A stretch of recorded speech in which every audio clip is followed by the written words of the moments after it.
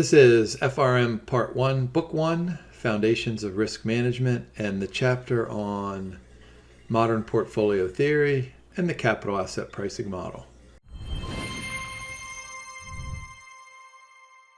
One of the great advances by the founders of modern portfolio theory, and this was developed back in 1964, and remember that this was really the early days of the discipline of finance. So this was cutting edge with what seemed like a long time ago. Let's look at some learning objectives for this chapter. Understand the derivation and the components of CAPM, describe the assumptions, interpret the capital market line, apply CAPM in calculating an expected return, and then interpret and calculate beta. So we'll do all those over the next 15 or so slides.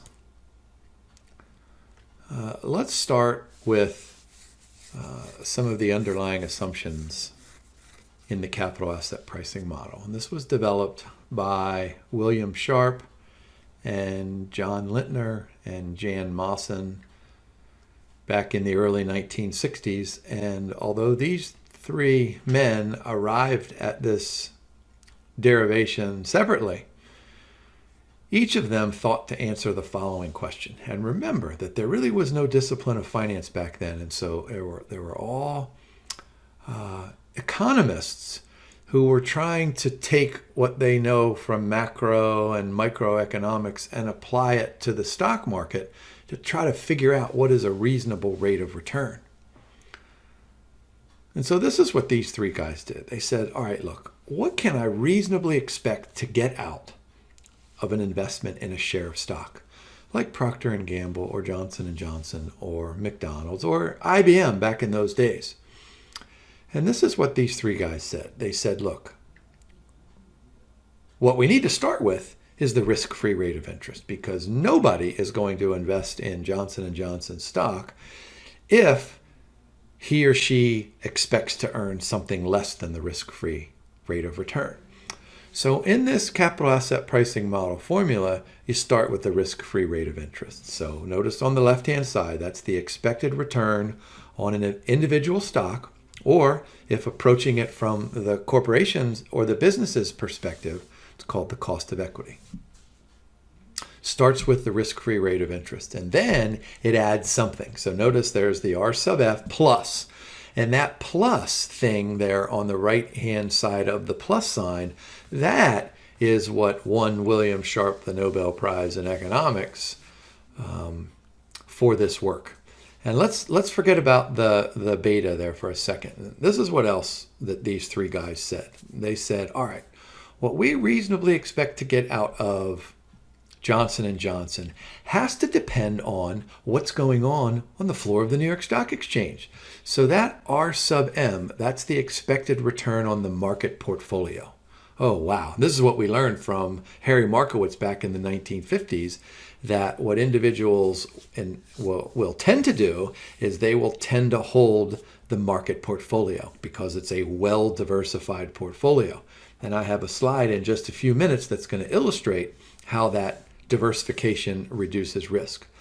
But what Sharpe, Lintner, and Mawson decided was that what you get out of one individual stock depends on what's going on in the entire market. But not what's going on in the entire market as an absolute term, but how much that exceeds the risk-free rate. That's why the RM minus the RF is in parentheses. That's called the equity risk premium. So just think about this. If you can get 3% out of taking no risk by investing in a risk-free security like a treasury bill, and you can get 10% out of the floor of the New York Stock Exchange by owning a well-diversified portfolio, then you can generate a 7% extra risk. We call that an equity risk premium. You get 7% more than what you get out of a treasury bill or a treasury bond. So think about what these three guys are saying now. It depends on what's going on in the risk-free credit market, and then it depends on what's going on the floor of the New York Stock Exchange in relation to the risk-free credit market. And then that quantity is weighted by the beta of that individual stock. We're going to talk about beta throughout this slide deck, but for now, I want you to think of beta as the measure of the relevant and appropriate measure of systematic risk. So what do we have in that formula? We have that the expected return on any individual stock begins with the risk-free rate, and then it adds a little bit of flavor of a well-diversified portfolio, and then it's weighted by the beta of a stock.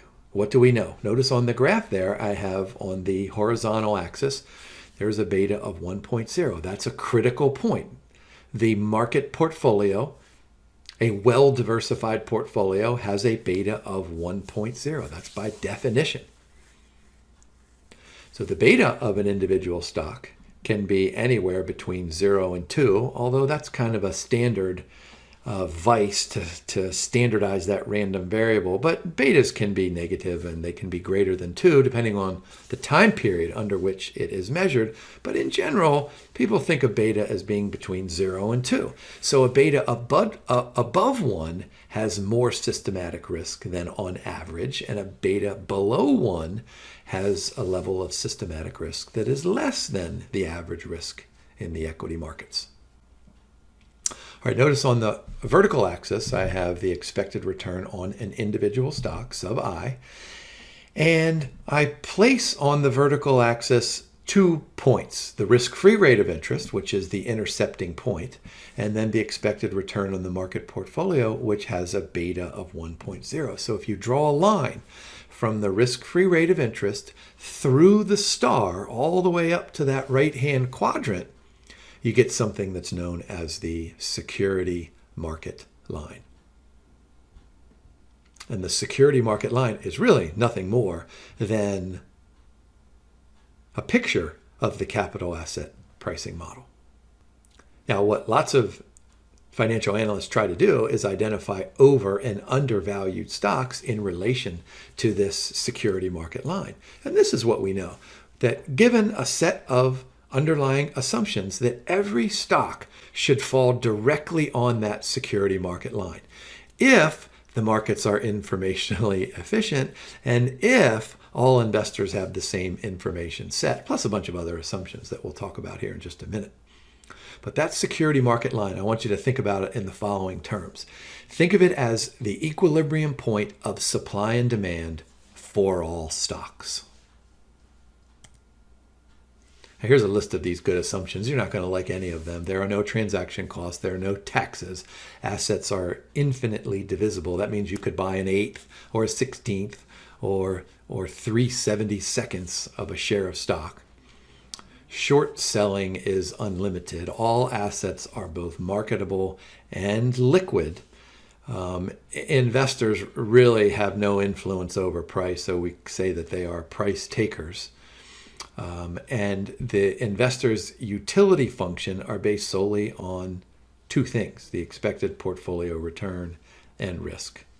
And then originally this was meant as a single period model, but a lot of adjustments have shown that you can extend it into an intertemporal capital asset pricing model. Now here's the thing. I said that you're not going to like these because of course there are transaction costs, of course there are taxes, you can't buy 1/8 of a share of stock, etc., etc. But here's how I want you to view these assumptions, and I want you to focus on the contribution.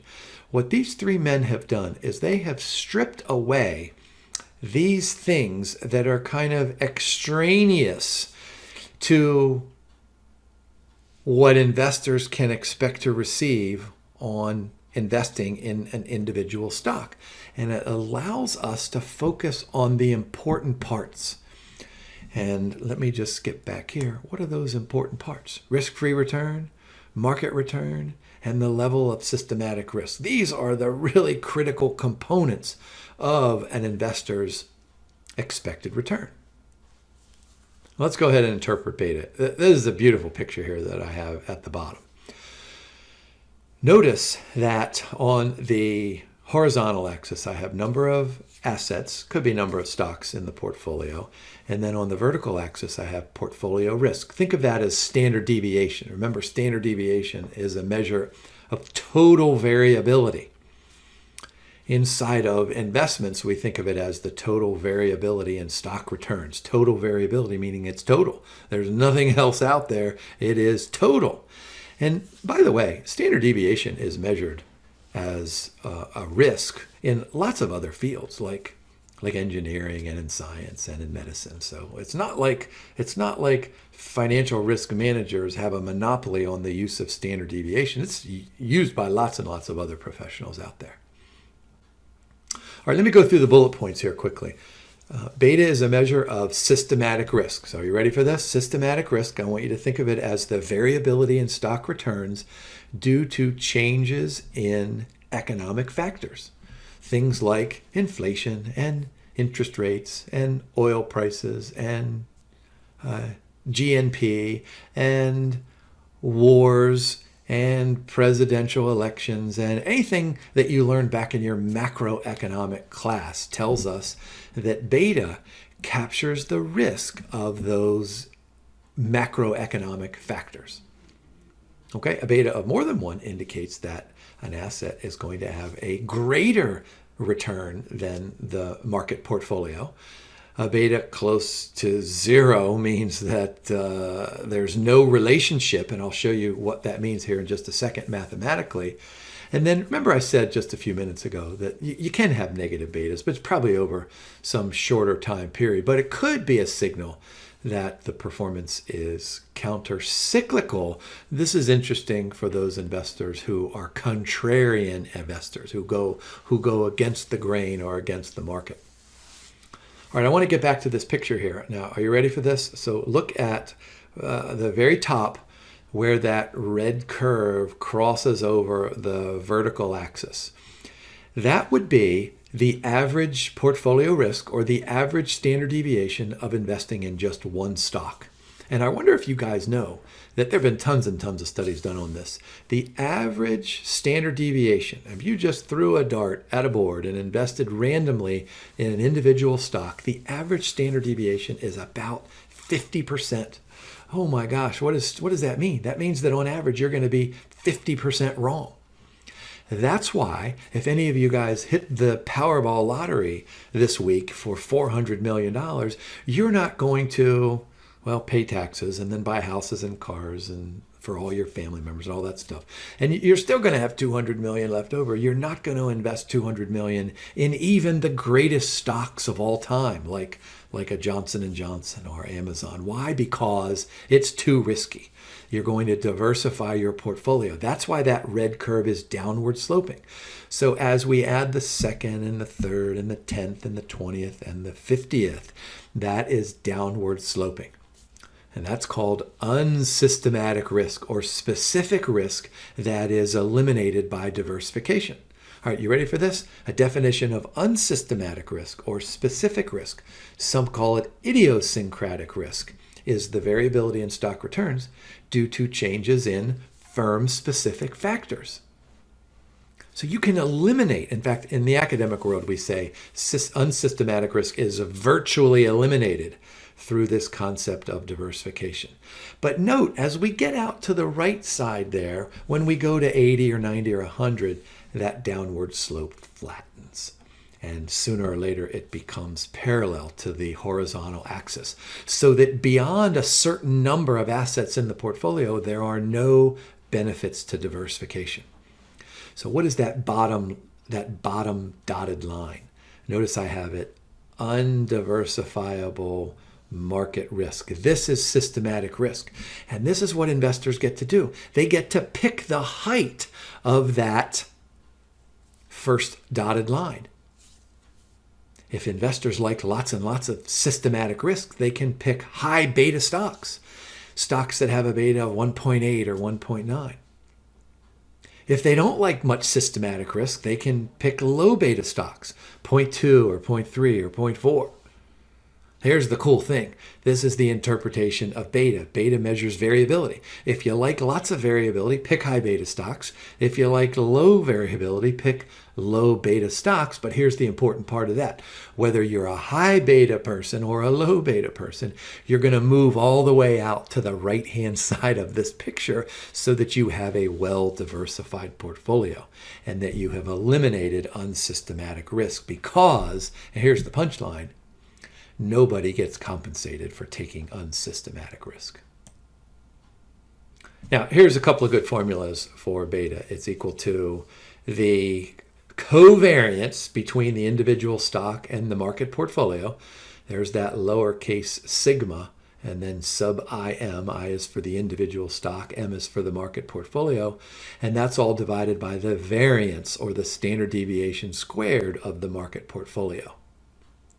Now you can substitute the correlation coefficient. That's what I've done in that second formula. There's like the sideways P, that's called the letter rho.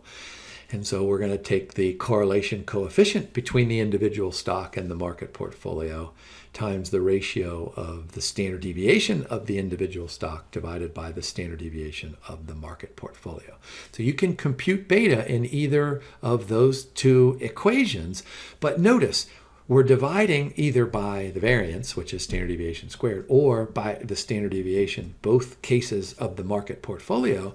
And this is what econometricians do all the time. When they have random variables that can take on almost any value, they don't like that because it's tough to interpret something that is a minus 6 million. So what statisticians and econometricians do is they get their vice out and they squeeze and they squeeze and they squeeze, and they make that random variable standardized by dividing by some measure of risk. So really this beta is a standardized random variable, and it's going to be between, oh, dare I say this, 0 and 2? Don't tell any of my college professors that I said that it's between 0 and 2. That's kind of the convention, that all betas must fall between 0 and 2, but they don't. They can be negative, as I said before, and they can be a little bit more than 2.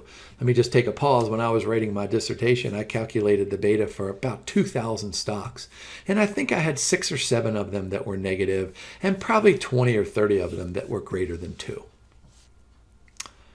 Let's take a quick example. How do you calculate this expected return? So let's take some input variables here. Risk-free rate is 5%.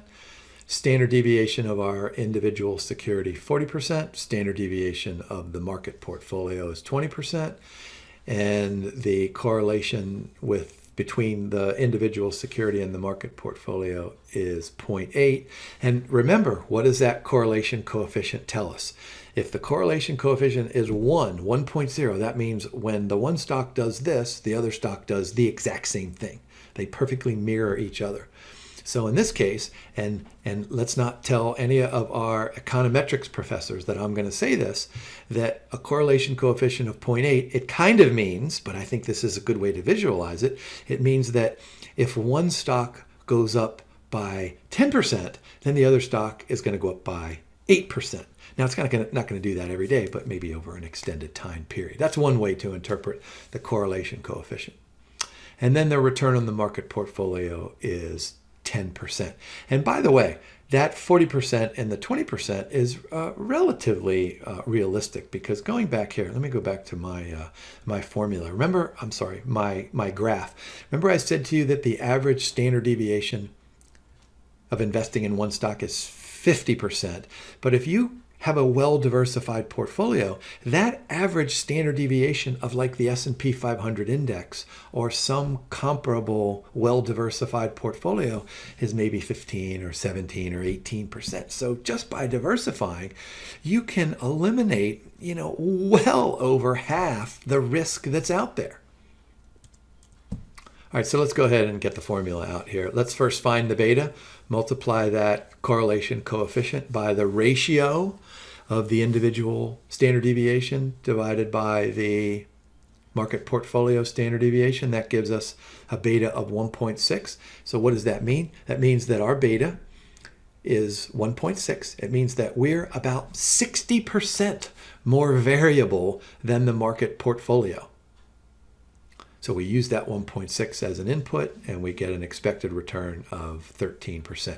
And by the way, boy, if you ever get to this on an exam, don't make the mistake of violating the distributive property of mathematics. Always do inside the brackets first. I think we can do this.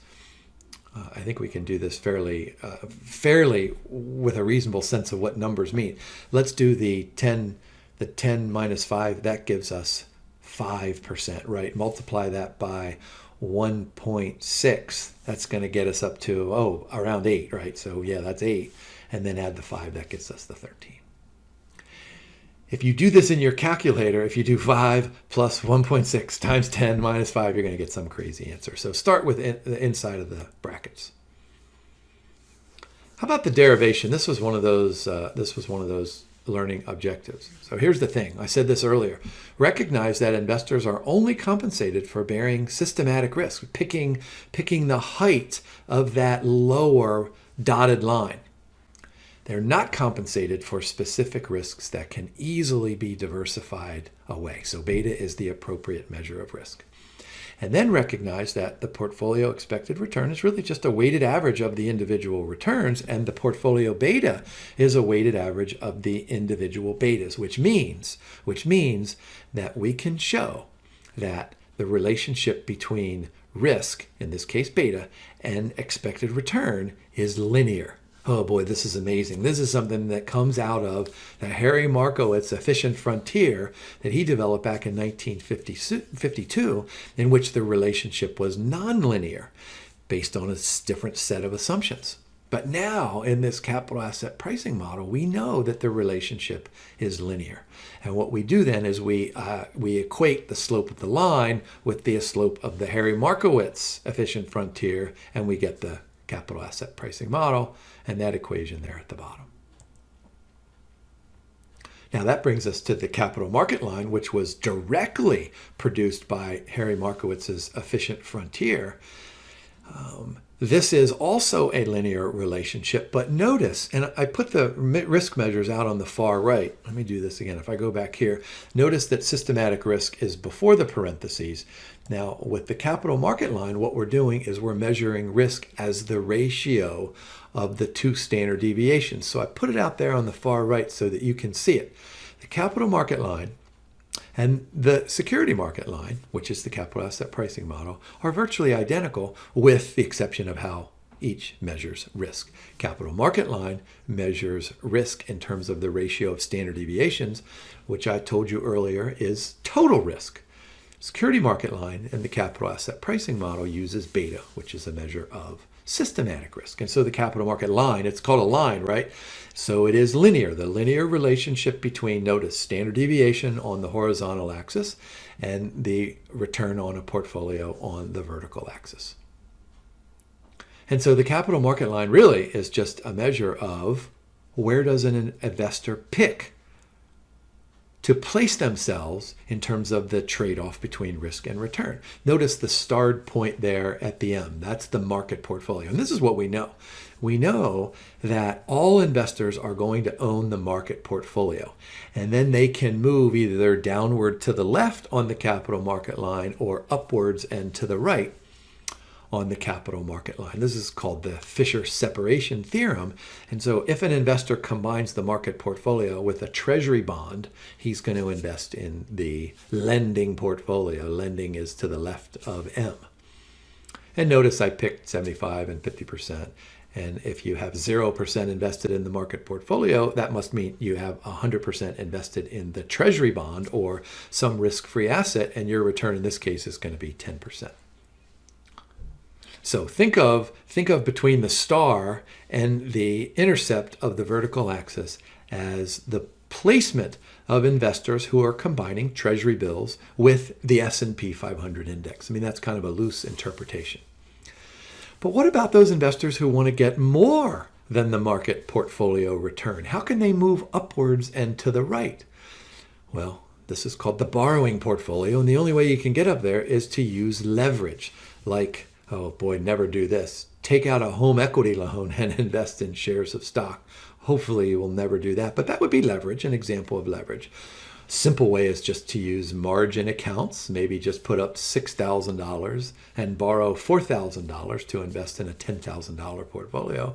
Or even better yet, how about using futures contracts or swap contracts or option contracts? So the use of any of these derivative securities involves leverage, and so you can get out to that upper right-hand corner.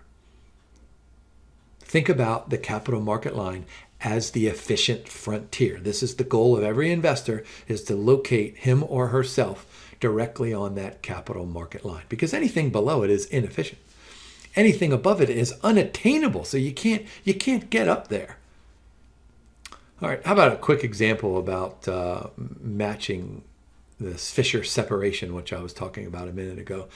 Suppose we have 130% of our portfolio invested in the risky asset, which must mean that we're shorting something. So there's a risk-free return of 3, market portfolio return of 10, standard deviation of the market portfolio 26. I'm not sure we're going to need that thing.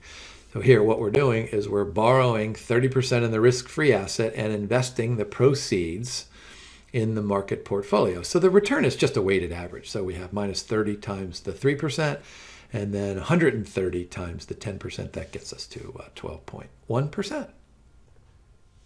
What we're trying to do here is to evaluate the performance of a portfolio or an individual fund manager. Now, the easiest way to do that is probably just to look at the performance. We can look at a fund and say, hey, this fund generated 8% or 10% or 12%. And we could say, hey, that sounds okay. But of course, as good financial risk managers, as good financial analysts, you know that you can't evaluate performance just in a vacuum. You have to look around and see what is going on in the world beside us. And so, of course, we need to compare against the performance of something else. And that something else has to be relevant and appropriate. And we generally call that something else the benchmark. And that benchmark could be an index. It could be a designated benchmark. It could be a created benchmark. And in many cases, it could just simply be the risk-free rate of interest. So let's start with this Treynor measure. Let me read that first bullet point. It's a performance metric for determining how much excess return. All right, so we're comparing the performance of one portfolio against the performance of something else out there. We're calling that an excess return. You know, the old-fashioned terminology was, can we beat the market? And so I guess that's what we're trying to do here. We are trying to evaluate underperformance or overperformance. What we're concerned about is not just the excess return, but we're concerned about how much it generated in terms of each unit of risk taken. So we'll define risk as volatility. Remember in that last chapter I called risk the volatility or the variability in returns. Let's look at that Treynor ratio equation. Notice what's in the numerator. The return on the portfolio under evaluation. What we're going to do is subtract the risk-free rate of interest from that portfolio return. Think of this as the Treasury bill yield. So in the numerator, we have an excess return. And we could call this, using the risk-free rate of interest as part of that numerator, we could call this an equity risk premium, or the extra risk that this particular portfolio took on by investing in these risky securities in excess of that risk-free rate of interest. Because let's face it, when you buy a Treasury bill or a Treasury bond, you take no default risk. When you invest in a portfolio of risky securities, you take either this much risk or this much risk. And then Treynor divides by the level of systematic risk. So we're going to divide by the beta of the portfolio under evaluation. And so note, this is a simple formula. You have a percent return in the numerator, and you have beta in the denominator. And remember what I said back in the previous chapter, that beta in general is between 0 and 2. Doesn't have to be, but in general. Now you guys know I like to give sports analogies, so let's go ahead and let me give you one here. Suppose we have two basketball players, A and B. One scores 30 points, one scores 20 5 points in a recent game. All right, so one way to evaluate the performance of player A and player B is just to say, oh, player B must be better because he or she scored 30 points and the other player only scored 25 points. And after all, in kindergarten, you learn how to count. So everybody knows that 30 is greater than 25. But as a good financial risk manager, we need to look under the hood, so to speak. We need to figure out what else is going on. So let's suppose in this recent game, player A's teammates scored 22, while player B's teammates scored 18. So there's just a little table summarizing that. So which of these players performed better in comparison to the contributions of their teammates? And so all we're going to do is take a division here. So if we divide 30 by 22 and 25 by 18, we get 1.36 and 1.39. So let's think about this. What does that mean? Is that even though player A scored more points, his performance was only 1.36 times better than his teammates' performance, whereas player B was 1.39 times better than his teammates, his or her teammates. So from this perspective, this is the Treynor kind of analogy here. Player B performed better. Now, let's apply this to regular old financial markets. There's no doubt that we're going to evaluate portfolios or funds that have similar returns. But in many cases, those returns are not going to have similar levels of volatility. And so if we're comparing two funds, A and B, if A is more volatile, whereas B has been less volatile, then we need to make sure that we're comparing the relative performance of B to A. And even though the relative performance might be equal in the numerator, that difference in volatility in the denominator is going to dictate which portfolio or which portfolio manager outperformed.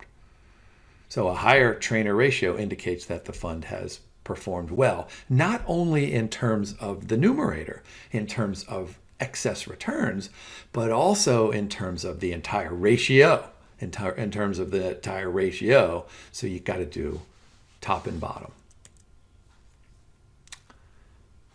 Now, how about this Williams-Sharpe ratio? It's identical in the numerator. We're going to compute some kind of an excess return. But instead of dividing by systematic risk, we're going to divide by total risk. And remember, we said that total risk is noted as the standard deviation of the portfolio.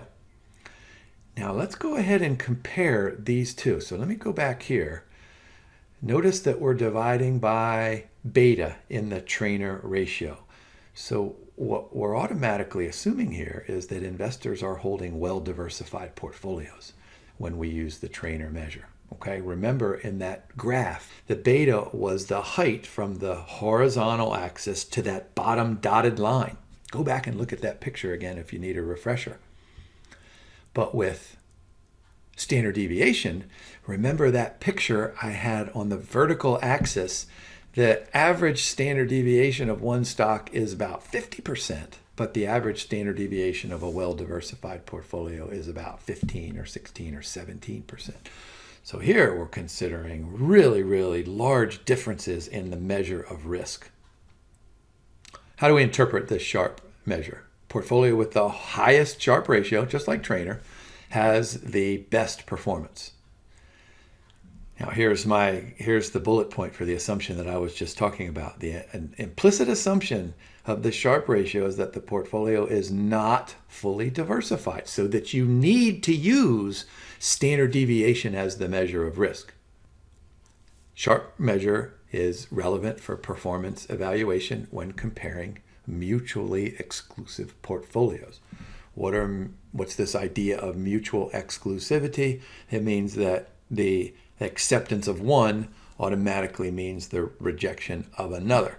So let's just think of an individual investor out there who has enough funds to purchase one more portfolio, like some kind of a mutual fund.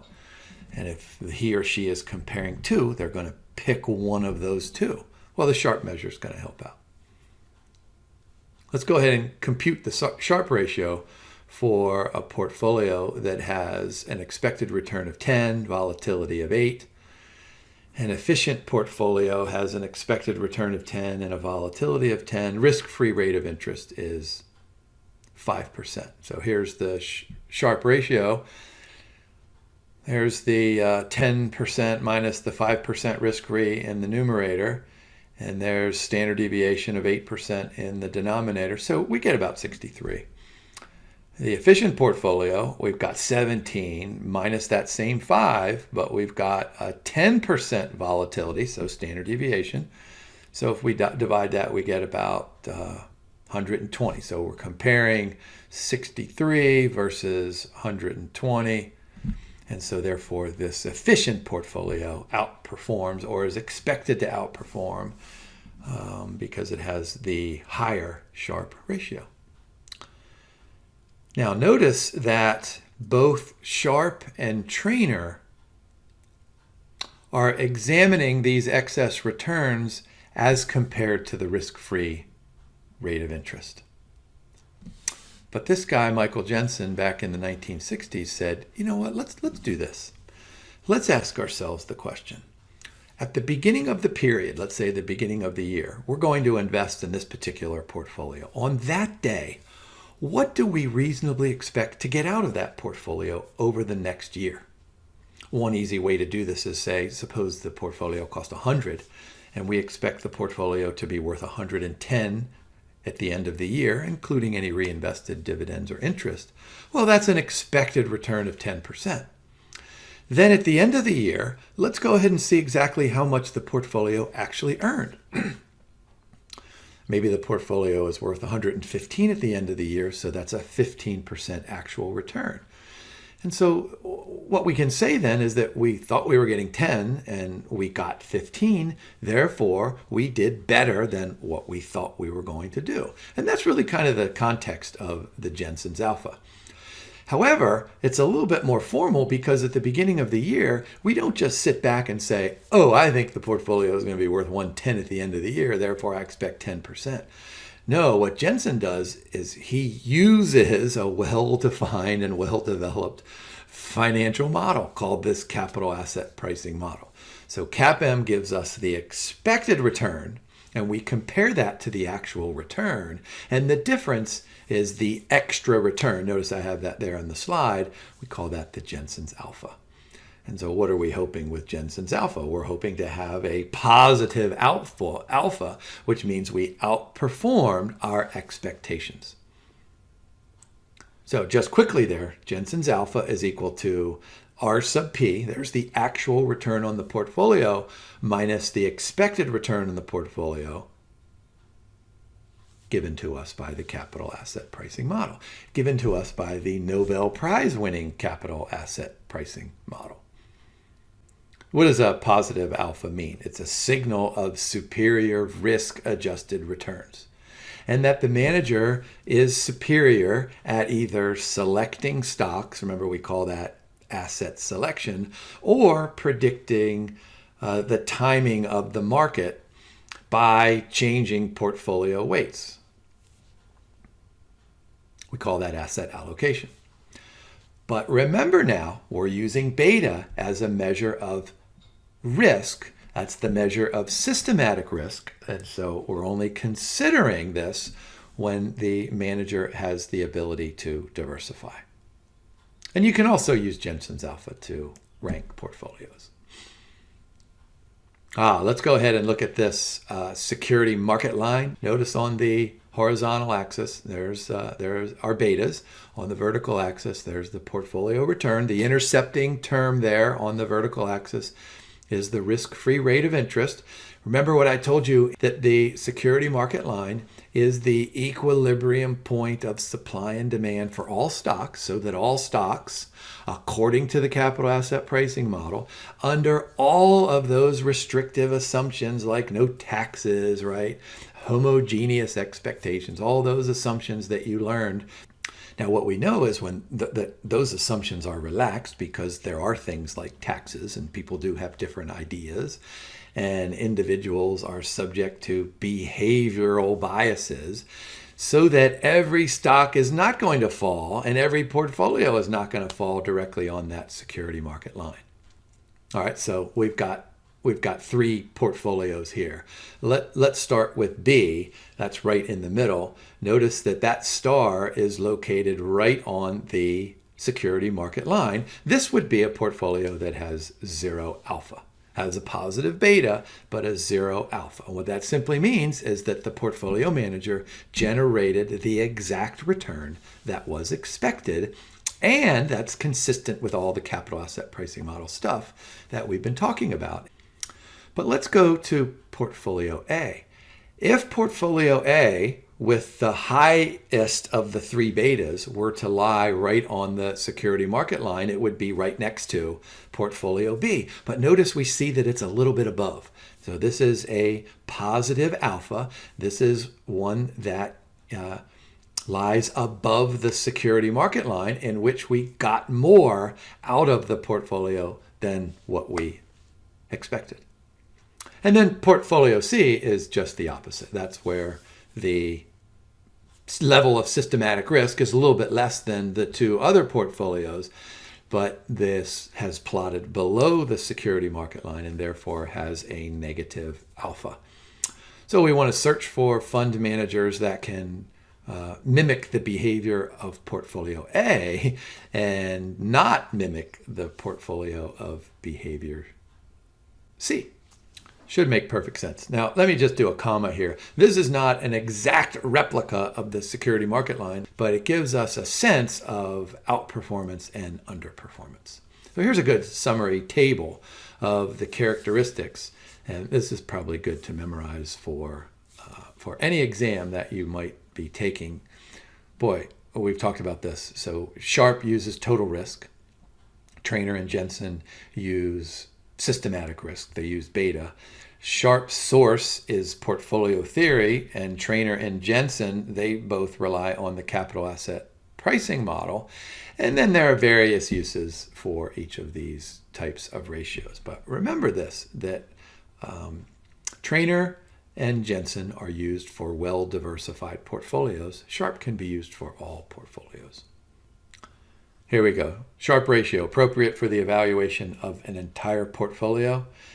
Now remember that if investors take unsystematic risk, they're not really compensated for it. And that's according to this whole well-diversified portfolio and the capital asset pricing model. But this is what we do know. We do know that prices move away from their fundamental values for a variety of reasons. So Sharpe is pretty applicable because sector funds and individual portfolio managers are trying to chase that positive alpha. Now, Treynor and Jensen are fairly useful for an evaluation of multiple portfolios to include in an existing portfolio. And so here's the standard kind of an example. Suppose that you're a financial analyst and you have a client that comes to you that has a variety of mutual funds and wants to add another one to the portfolio. And so going by the assumption that a client has a well-diversified portfolio, it's probably more appropriate to use Treynor and Jensen. Tracking error sounds like something went wrong, but that's really not how this term should be applied. Tracking error is the divergence between the behavior of a position and the behavior of a benchmark. And it is a standard deviation, so tracking error is a measure of risk. It's not really an error in terms of the fund manager made mistakes. It's a measure of how far the manager has deviated from the benchmark. Now that should make perfect sense here. Notice tracking error is the standard deviation of the difference between the returns on the particular portfolio and the returns on the benchmark. And so think about this. If the benchmark is doing this, right? If the benchmark is doing that, and our portfolio is doing that, Suppose that's right on top of it. Tracking error is going to be 0. So the tracking error, the two funds, they perform, kind of equally. Think of this. If you're the fund manager and your fund is called the Jim's S&P 500 index, what's going to happen here? You're going to mimic the performance of the S&P 500 index, so tracking error is going to be pretty low, right? But if the benchmark goes like this and your portfolio goes like this, there's going to be a huge tracking error. All right, so low tracking error indicates the performance is close to the performance of the benchmark. High tracking errors means that it's significantly different. So don't think of tracking error as an error, just think of it as a difference. But it's a standard deviation. So everything that we've talked about so far in terms of risk management principles, this is a standard deviation. Now here's a good picture that gives you kind of an example of what tracking error means. So notice on the horizontal axis I have time, and then I have some measure of the cumulative return over time. So we start at 0, and so the portfolio goes up a little bit, then it goes down a little bit, and then it goes up a bit, and then it trends upward to 1 year from today. So let's look out at that 1 year from today. There's our cumulative return in the middle. And at the risk of giving you vertigo, go ahead and turn your head sideways. There's a normal distribution that you can see that is centered on that return. Now, what a tracking error of 4% means is that we can go one standard deviation above and one standard deviation below, and we can do all of that stuff that we talked about and applying standard deviation in terms of normal distributions. And so a tracking error of 4% gives you kind of an expected range of what those cumulative performance is going to be over some time period. All right, go ahead and tilt your head back up and blink your eyes a few seconds. Hopefully you're not dizzy. All right, how about the information ratio? I mean, this is really kind of an additional piece of information that's going to add value to our understanding of risk management. Remember in those first chapters, we talked about identifying the risks and quantifying the risk. And it's your job as the financial risk manager. I gave the analogy of the quarterback coming over to the sideline and visiting with the coach. Well, the information ratio, excuse the pun, is going to include a little bit more information. So as the quarterback, you come over to the sideline and you tell the coach about the Sharpe ratio, and you tell the coach about capital asset pricing model and Jensen's alpha. And the coach says something about, well, what about the defense if it does this and this and this? And the quarterback says, oh, wait a minute, we can talk about the tracking error of this. And so as the financial risk manager, you're reporting to the coach who's the chief risk officer. And then that chief risk officer can process all of this extra information and then send you back out fully prepared to handle whatever the defense is going to throw at you. So notice the formula, the equation for the information ratio is similar to what we've been doing. There's a portfolio return in the numerator. We're going to subtract out the benchmark return. But then instead of dividing by a measure of total risk or a measure of systematic risk, we're going to divide by the tracking error. And so this information ratio gives us some idea of the manager's ability to use information, right? And the skill set to generate an excess return. And we're still trying to pursue that outperformance. We're still trying to pursue alpha. So we're going to combine this stuff. Let me just go back here. What did I do there? There's that formula for the tracking error. It's a standard deviation. And we can do all of this stuff here, assuming a normal distribution, and then we can make a better decision. Now, the Sortino ratio was developed by this guy, Frank Sortino, in the early 1980s. And again, Sortino, as the quarterback, was coming over to the sideline and telling the coach about all this different stuff. And then the quarterback says something like, hey, you know what? When things go really, really poorly for the defense, they try to do this. Oh my gosh. So instead of dividing by standard deviation or beta or the tracking error, let's go ahead and divide by something different. Let's call this the semi-standard deviation. Semi meaning part. Now remember, standard deviation measures stuff that goes on this way and stuff that goes on this way, but the semi-standard deviation measures only the variability of returns to the left. And let's be more specific, that fall below the minimum acceptable rate of return. So we're trying to isolate kind of the standard deviation that we're more worried about, right? We're more worried when prices fall than when prices rise, assuming we have the long position. So look at the Sortino ratio. It's going to be a numerator, just like we always have had. So it's the return on the portfolio. But instead of subtracting a risk-free rate or some other kind of rate, we're going to subtract the minimum acceptable rate of return. And then we're going to divide by that semi-standard deviation.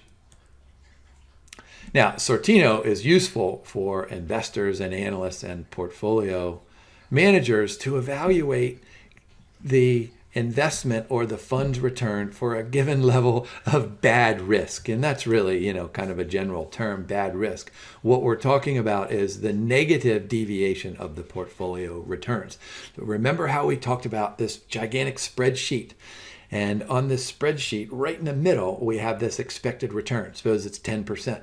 And then on the right, we have returns like 15 and 20%, but on the left of it, we have returns like 5 and 0. And how about a -5? And how about a -10, right? So what we're interested in is the variability to the left, which includes something that's less than 0. So think about what this adds. It adds value so that we can understand how the total variability, right, on either side, but also the negative variability impacts the decision. So think about this, you as the quarterback running over to the sidelines, and you whip out your iPad and you have your Excel spreadsheet and you tell your coach about standard deviation and beta and tracking error and semi-standard deviation and all this kind of stuff. And the coach looks at you and says, boy, I know why you're my quarterback, because you're giving me all of this great information. So the chief risk officer is looking at you as the financial risk manager and saying, hey, I think I may give you a raise next time around. I think that summarizes our chapter. What we're going to do next then is we're going to take this capital asset pricing model, which kind of uses just maybe one factor, and we're going to add some extra factors out there. And this is going to continue to add to our understanding of risk management.